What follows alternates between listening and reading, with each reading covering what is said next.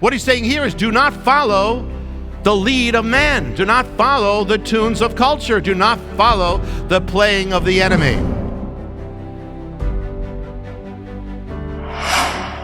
Tunes of negativity, complaining, divisiveness. Some will come to you and say, here, they start piping, come join in with my complaint, join in with my divisiveness, to trigger you. The enemy's in it. Tunes of gloom. You know, armies have victory tunes. The enemy has a defeat tune for you. He wants to trigger you with bad news and discourage you, overwhelm you, and say, oh no, oh, whoa. And there are other tunes. There's tunes of anxiety, tunes of panic, tunes of bitterness, tunes of victimhood, tunes that you go along, you're singing it. There was one Saturday I was working with my two boys, Eliel and Diel. We were moving firewood outside. That's not something I normally do. It's not something I'm used to doing, but we did it. And I tell them we had to do it every week. I said, tell them, okay, we got to do it again today. And I noticed that my son, Eliel, I look at, he puts on a DVD on the television set. It's an old show from the 1960s that I liked. And I said, Eliel, I have a question for you. Did you put that on so I would sit down and watch and forget about having you come out and do the firewood? And he smiles and he said, yes. I said, you were trying to manipulate your father. And he said, yes. The enemy tries to manipulate you, and you need to be aware of it. Tunes of seduction. Just like companies on the internet, all these things start popping up. And so they knew what you were on before, and they pop up. They put on your screen. So the enemy tries to do that with your mind or with things happening around you. You can even prompt yourself. You start playing a tune in your mind, a tune of self-pity, and it becomes a symphony. You can tempt yourself. You start that little thing, well, let me see, and then it becomes a symphony of seduction that it's very hard to resist because you gave it all that energy. As a teenager, I had a rock band, and one person would start playing one chord, one riff, and the rest would pick up, and we'd play along with it. The enemy does the same thing. He's got bands, and he's got ensembles and groups. Like it might be a family thing, a family gathering. You go there, the family is used to playing a certain kind of tune. One strikes one chord, one are bitter about this, you did this, and then the other one strikes that chord, and that chord, and that chord, to prompt you to play your old part that you used to play in that band. And you can fall into the same old tune, but here's the thing.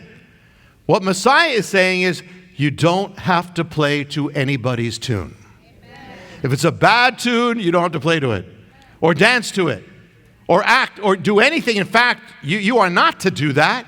What he's saying here is do not follow the lead of man. Do not follow the tunes of culture. Do not follow the playing of the enemy. You are not of the world. You are not of that song anymore. Even if you followed it up till now, in God you are new. And stop worrying about what they're thinking, because every time you're worrying about what people are thinking, you're opening yourself up to be prompted and to go along with something you shouldn't be going along with. You should only be concerned what God is thinking. And you have the power to not go along with it anymore. Messiah didn't play the games of man. When they tried to provoke him, he just got right. They say something, he goes right above them. Or they try to flatter him, goes right above him. You get the sense he's not responding to them. He's responding to God the Father.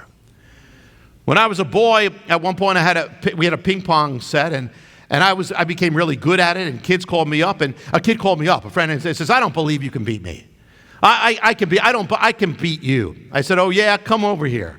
The guy came over here. The guy didn't know how to play ping pong at all. I said, what did you say about this? I wiped him out. He said, I just wanted you to invite me over. The enemy knows how to get you to do something you're not realizing if you're not. He goes to Messiah, if you are the Son of God,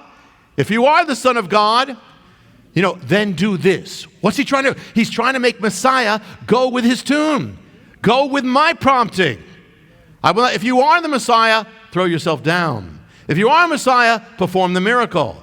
He's trying to get Messiah to do what he wants. Trigger him. Bow down, worship me. And Messiah, at every point, no, I am not dancing to this. I'm not going along with this. From the very beginning of his ministry, he knew his calling. He knew his purpose. He knew his mission. He held on to that, to the voice of the Father. He wasn't moved to the left or the right. You got to do the same thing. The enemy will use anything he can. You don't have to do it anymore. You don't have to dance to the tune of anger anymore. You don't have to dance to the tune of fear and anxiety and depression. You don't have to. Some people operate by their temper to intimidate others. You don't have to live by that. In God, you can't. And someone may be doing that in your life, and you react one way or another. They call someone does this, you might react in fear, it might become this, or you might react in anger back, but you're still playing to it. You may be dealing with a person with a lot of issues. That doesn't mean it has to be your issue. It's not your song. This is not my problem. I'll pray for you, but I'm not going along with this. I'm not going to fear it. I'm not going to submit to it. I'm not going to come back in anger over it. I'm going to pray for you. It's not only others. You have to decide you're not going to dance to the old tune you might be dancing to. You know, when you have something in your head, if you have literally a tune and it's stupid, you want it out of it, well, you have to also say about old things in your life that are not what God wants for you anymore. You have to say, this is not my song. I am not going with it anymore. I don't have to be living this way. I don't have to be wanting or fearing the acceptance or rejection of man. I'm on earth to be his messenger of heaven. Hi, I'm Jonathan Cahn, and I hope you were blessed with the video. Make sure you hit the subscribe button and tap the bell icon so you're notified every time a new video is posted. Feel free to share your reactions with your comments and how you were blessed, and share this video with your friends. Thanks for watching, and I'll see you next time.